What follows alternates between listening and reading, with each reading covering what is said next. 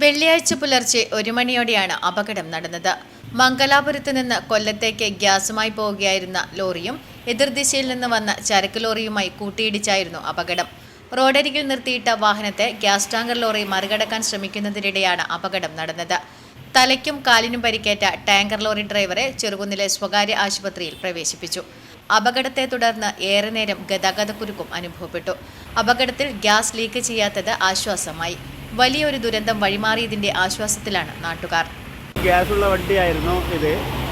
അപകടം നടന്ന സമയത്ത് ഗ്യാസ് ലീക്കൊന്നും ഇല്ലാത്തതുകൊണ്ട് എല്ലാവരും രക്ഷപ്പെട്ടു. ഇല്ലെങ്കിൽ ചാലയിൽ നടന്നതുപോലെ ഇവിടെ ഒരു 5 കിലോമീറ്റർ ദൂരത്തിൽ മൊത്തം ഒരു തീപിടുത്തം ഉണ്ടായേനെ.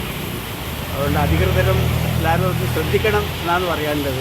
KSTP റോഡിൽ അപകടങ്ങൾ തുടർക്കഥയാണ്. ഇത് പരിഹരിക്കാൻ നടപടി ഉണ്ടാകണമെന്നാണ് നാട്ടുകാരുടെ ആവശ്യം. Network news, Pazhayangadi.